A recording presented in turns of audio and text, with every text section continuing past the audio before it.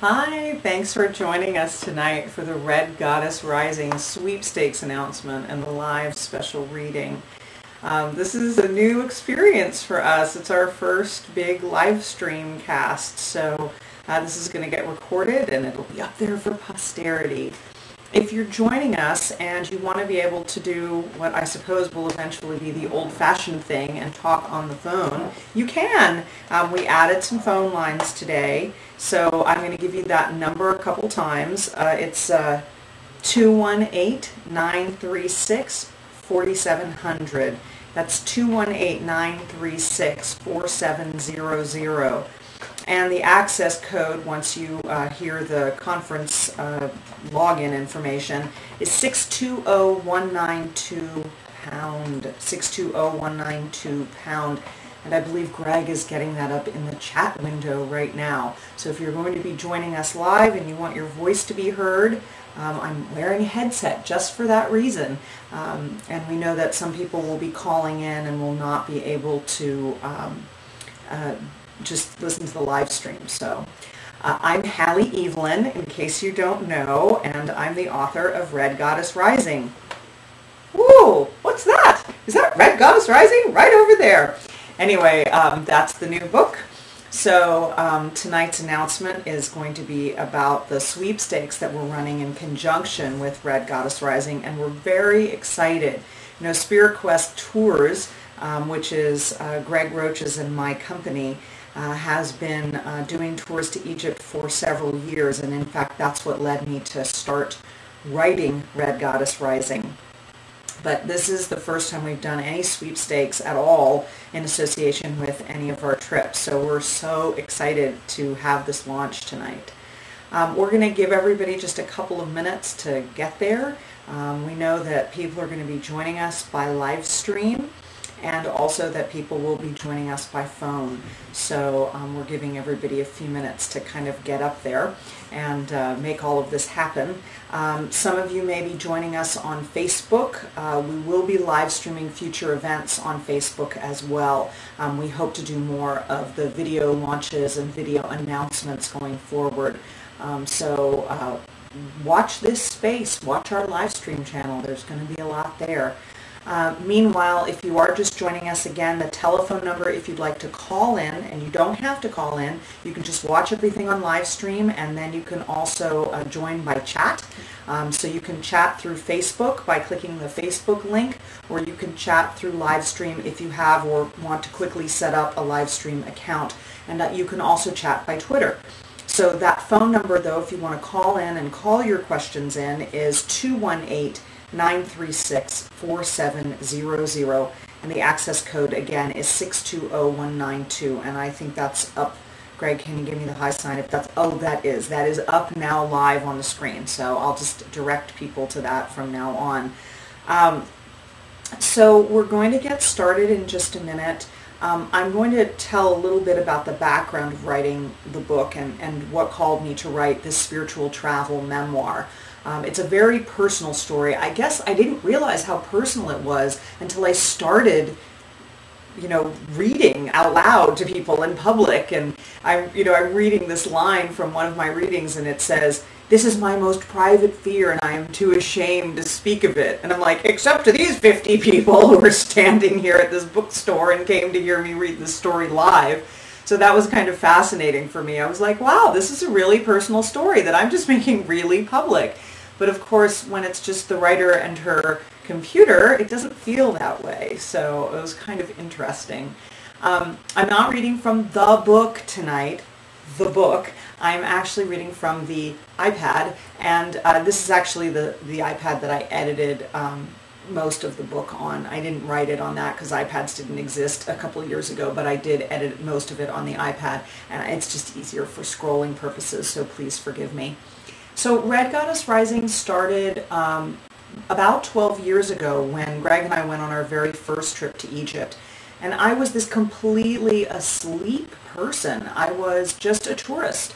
And I was an atheist. And I had been born an atheist and raised an atheist and been told that, spirituality and religion were the same thing and that they were both for other people. And I believed that because I was also very logical. And unfortunately, when I was 10 years old, I asked my father, Daddy, where do you go when you die? And he wanted to be honest with me, so he said, you go into the ground and the worms eat you.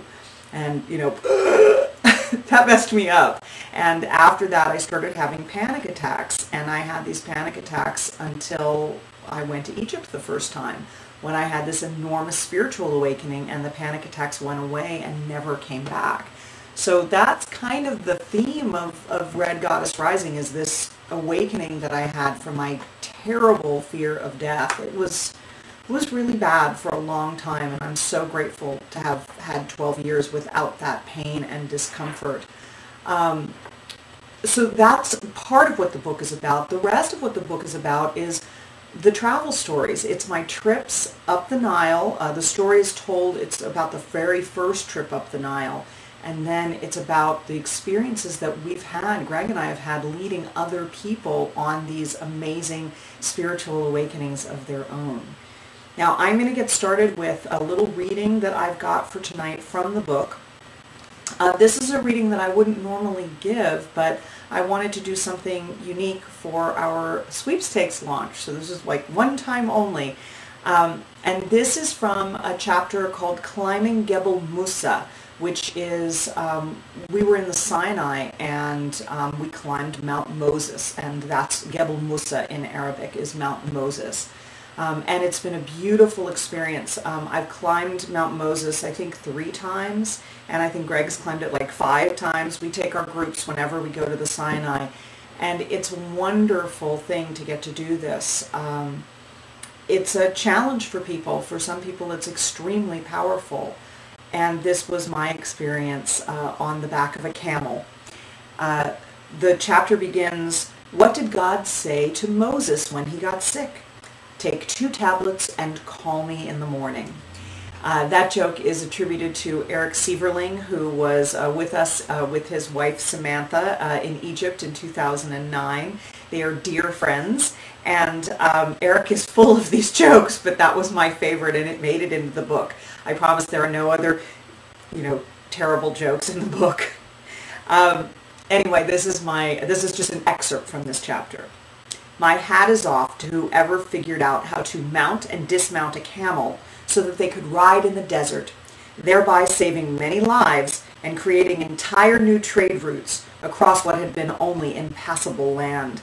The camel has to kneel on its front legs, then lie down on all 4s as if it were a resting dog.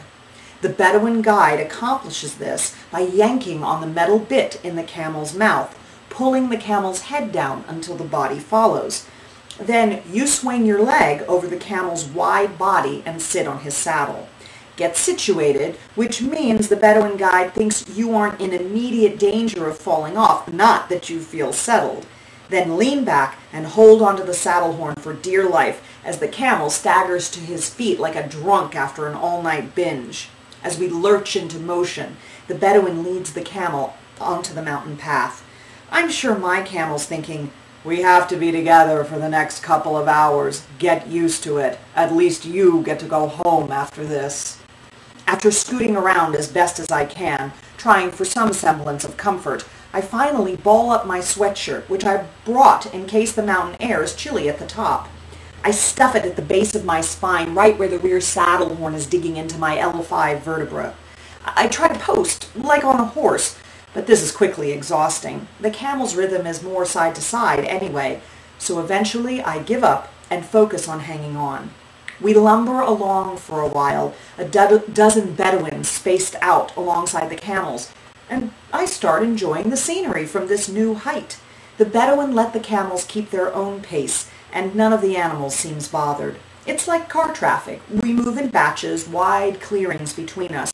Greg and several of the others are far enough ahead of me that we occasionally pass at different switchbacks and can wave before fanning out again into a straight line. Though we travel single file, camels have a mind of their own, and my camel wants to lead. Once I am in the front position of my little section, my camel slows, content, and does not try to catch up with the group ahead of us. I swivel around in my saddle, looking over my right shoulder at the valley below.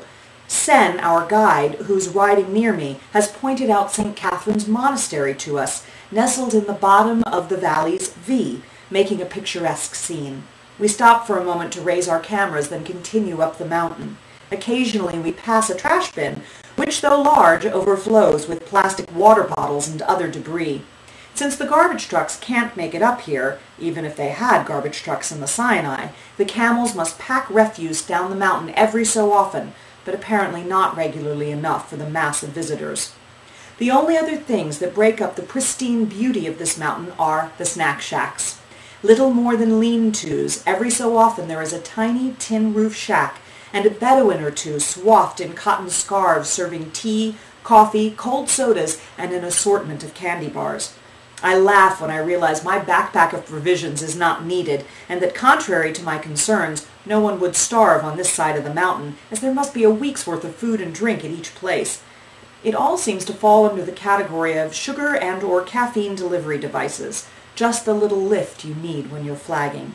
I suppose out in the middle of the desert, you could still die of heat stroke, starvation, or dehydration, but like most places in the world, gone are the days when the pilgrim's path was clearly delineated by the bones of previous travelers. At the next bend, my camel continues to walk straight, ignoring the pronounced curve in the path and making me worry we will plod right off the side of the mountain. I yell when the camel reaches the razor's edge of the cliff and lurches back over to the right, now walking on the brink of the precipice, as if showing off his camel tightrope act. My cries of concern bring Sen's camel, and the Bedouin leading them both. They pull up alongside me, and Sen asks if I'm okay. I point down at my camel circus performance. Is this normal, or does he have the thrill gene? Sen looks surprised for a moment, then laughs. Oh, my sister, this is nothing to worry about. The camel likes to walk like this. They never fall off. They have never lost a camel off the side of Gebel Musa. He speaks in Arabic to the Bedouin in front of him, who responds. No, Sen confirms. He says they have never lost a single camel. People, yes, but a camel, no way. He pauses. I look across to him, and he's grinning at me, expecting me to laugh. I give him a half smile, half grimace. After all, the camel is undoing 6 weeks of chiropractic care in a single afternoon. I lean hard to the right to compensate, talking with Sen for a few minutes until his camel falls back and we cannot converse easily. A little while later, another camel breaks for the front of the line. But after he's ahead of me, I can see that it's the Bedouin, not the camel, who has caused this change of hierarchy. Most of our escorts are men, but this is a young boy, barely a teenager, and he is switching the camel with a thin stick. The camels are hobbled by their saddles, which have a short piece of rope or fabric slung down close at their thighs, hampering their movements, preventing them from running off or going too fast. Every 3 or 4 steps, the boy switches the camel, not lightly or lazily the way that I've seen drovers do to move their beasts along, but hard enough that I can hear the high swish as it whistles through the air. After a few times I've had enough. I get the boy's attention and tell him la, Arabic for no. He smiles at me and continues to switch the camel's hindquarters. La, I repeat, pointing at the stick. He looks at me quizzically, then goes back to walking. I watch him. It seems to be a habit, a part of his rhythm. Walk, walk, walk, switch. Walk, walk, walk, switch. La, min fadlak. I am trying to be polite by adding please and hopefully impress him with my Arabic. He smiles. Walk, walk, walk, switch. I didn't realize my animal advocacy extended to camels, but apparently so. I give up and move to English since I do not know the Arabic for, will you please stop beating that camel, you unfeeling jerk? The closest adult Bedouin has come over, trying to help. I point at the boy, complaining that the camel is moving as fast as he can, that the boy is beating him for no reason. The older Bedouin speaks rapidly to the boy, gesturing at me, at the camel. The boy shrugs, points the stick toward the ground. We all keep moving, and for about 5 minutes the camel has peace. Then, walk, walk, walk, switch. I bite my lip. I watch the boy. Even if it's nothing more than a bored gesture, I can tell it stings the camel, and I can see his or her haunches quivering in response to the blows. I try to tell myself there is a spiritual lesson in all of this, a reason, for the camel, for the boy, for me in relation to them both. Perhaps in their last lifetime together, the camel beat the boy. Now we have a new rhythm. Walk, walk, walk, switch, la. These frequent reminders from me slow the rate of his wrist flicks enough that I'm able to catch some of the scenery alongside the mountain. When we reach base camp, I pull Sen aside, point the boy out, and tell him the whole story. Sen disappears to look for the Bedouin leader of the group, assuring me that the boy will not travel with us again. I try to explain that he's welcome so long as he leaves the camel alone, but Sen cannot control the other boy or the Bedouin. If the boy chooses to beat the camel, it is his to beat. I have heard camels sometimes raging against their masters, biting them, breaking away and running off, or even killing them. I can only hope this camel chooses revolution over the plodding march of pain, with death his only other way out. We reach base camp and dismount, the feeling returning to our legs as we hobble around a bit. Now I know why cowboys always look so bow-legged in the movies, and they only ride horses. Ducking into the most elaborate snack shack we've seen, a second room off to the side and the dirt floor covered with carpets, I buy a Snickers bar for me and a Kit Kat bar for Greg, and watch curiously as the Bedouins stand off to the side doing their afternoon prayers. Even on the side of the mountain, they pray 5 times a day, or as close as their schedule will allow. Allah will forgive them if their prayers are a little bit late, since they must also earn a living. So that's the end of the reading. And the rest of that chapter deals with actually climbing Mount Moses. There's something called the 700 steps that is the worst outdoor workout you've ever seen, and that pilgrims in ancient times used to climb on their knees. We just go up it, but it's hard enough. So it's about how we climb to Mount Moses and then reach the top and what that summit is like. And that's that chapter, Climbing Gebel Musa, which is the excerpt that you've heard this evening from Red Goddess Rising. If you're just joining us, you can get on the phone as well. We're about to make the sweepstakes announcement. The telephone number, if you're joining us, is on your screen if you're on live stream or Facebook, and it's 218-936-4700, and the access code is 620192#. And obviously that will not work if you are watching this in a replay and it's not live.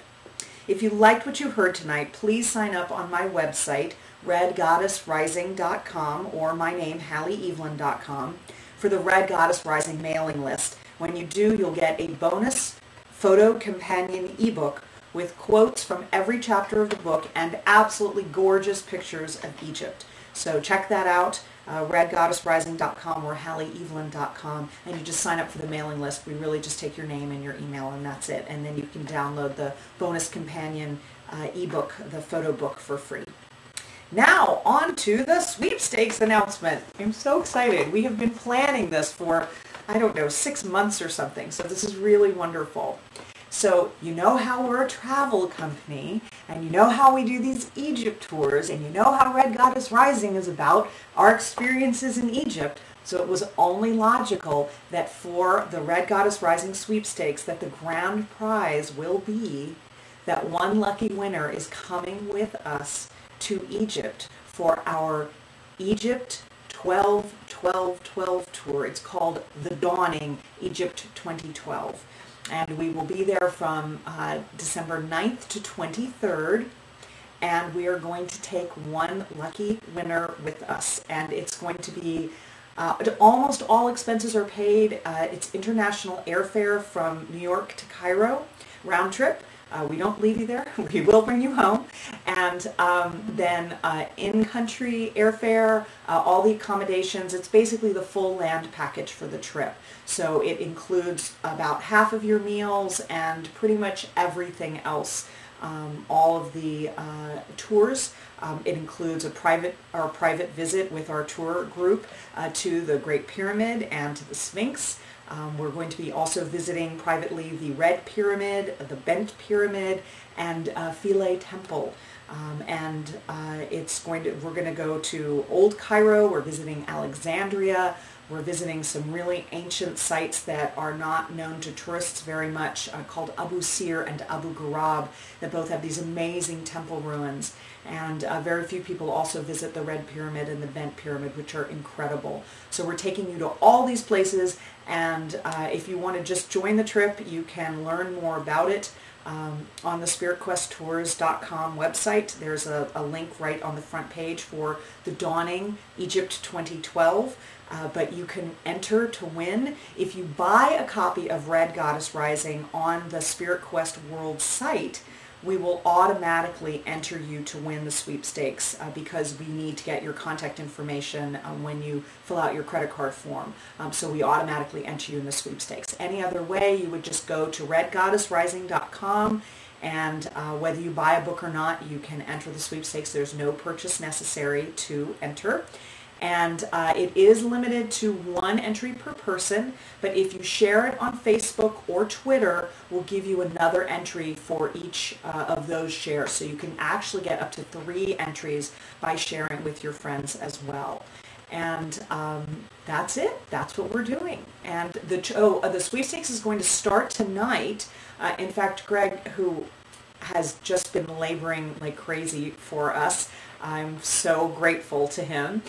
He has put up all the sweepstakes information. The rules and regulations are all on the website. The sweepstakes form is on the website. So you can just go to redgoddessrising.com and click on the link for sweepstakes. I believe there's also going to be a link from the front page, at least for the next few weeks. The sweepstakes runs from tonight through April 30th at 11:59 p.m. So right before it becomes May 1st, that's when the sweepstakes are going to end. And we'll do another live stream broadcast on May 3rd, I believe, sometime between the 3rd and the 5th, whatever it says in the rules, to announce the lucky winner. So meanwhile, tell all of your friends, share it on Facebook, share it on Twitter so you can get 3 entries instead of just 1. Unfortunately, the sweepstakes is not open to residents of New York, Florida, or Rhode Island due to a lot of really specific regulations that they have. But otherwise, it's open to people who are in 47 other states and the District of Columbia. And again, I apologize if you are watching this from another country, but there are separate regulations for every single country. Canada doesn't think sweepstakes are sweepstakes. They think they're contests, and they have to have contests of skill. So we really just had to limit it. So I apologize if you're in another place, but we hope that you will get redgoddessrising.com. And if you're calling in right now and you have any questions, I believe the phone lines are open, and you can ask a question. If you're muted out, I believe you can press *6 to unmute yourself, but you might try just talking. So do we have any people on the phone line right now who would like to ask any questions? If you do, just unmute yourself by pressing *6. And hello? I'm just listening in to see, because I hear somebody in the background that sounds like they want to ask a question. If you if you're not muted, then maybe you just muted yourself. So press *6 again if you'd like to ask a question. And meanwhile, I'll go ahead and take a question from chat. Greg, do we have a chat question? We do. We have several. So first question is, can I bring a friend?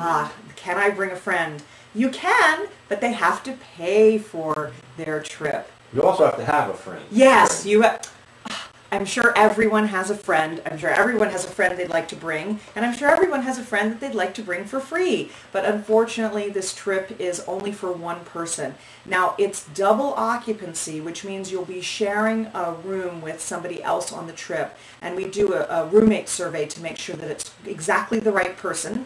We've had people become best friends on the trip, but actually, if you want, you could pay for a single supplement if you wanted a room to yourself. So if you'd like to bring a friend, you're welcome to do that, and they would have to pay for their own trip. But of course, the trip is open to the public, so anyone can come, and only our winner will get to come for free. So, and if you bring a friend, it's like 50% off. Oh, sure. If you bring a friend, it'll be like 50% off, assuming that you, the sweepstakes winner, will want to pay for half of your friend's way. So you could think of it like that, too. Okay, so Greg, is there another chat question? Yes, I have several here. Okay. Okay, so somebody wanted to know, what if they're not coming from New York City? Okay, if you're not coming from New York City, We will still pay for your airfare from New York, but the reason we chose New York is that it's on the way. So you'd fly from wherever your home city is, and you'd arrive in New York in time, and we'll be booking your flight in like June or something, so way, way before the trip. So I'm sorry, I think I'm hearing somebody on the phone. Hello? Well, hello. Do you have a question, sir?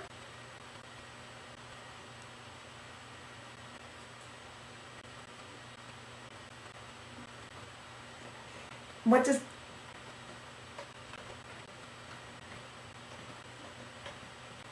Oh, that's interesting. We're apparently having some live stream trouble involving bells and pictures and no live feed. Oh, yeah, somebody told me that on chat. If you go to livestream.com/spiritquest. Go to livestream.com/spiritquest, and that should pop you right in. We've heard that problem before online, and that's the fix. Yeah, we apologize. So we apologize. We are new to this, but that was the link that we sent out. So it's livestream.com/spiritquest. That should get you the live version. And if you missed this live tonight, or you're coming in late, we will be posting this to Livestream this evening, I believe. So we'll be posting it to our channel. So you'll be able to get this after it's finished being live. You'll be able to get this recorded with the reading and everything. So it's like you didn't miss a thing. So let's move on to our next chat question. So, yeah, I've got a bunch of questions queued up here. How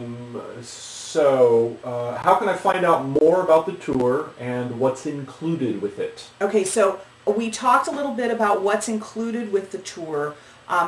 I would say that the best way to find out what's included is either to visit spiritquesttours.com, and then right on the main page you should see a link for The Dawning Egypt 2012, and you can definitely get more information there. Right now we just have basically a placeholder page up. We will have the website launched in a few days, but already it says all of the different places that we'll be visiting, so you absolutely can check that out. And what was the other part of that question? I'm sorry.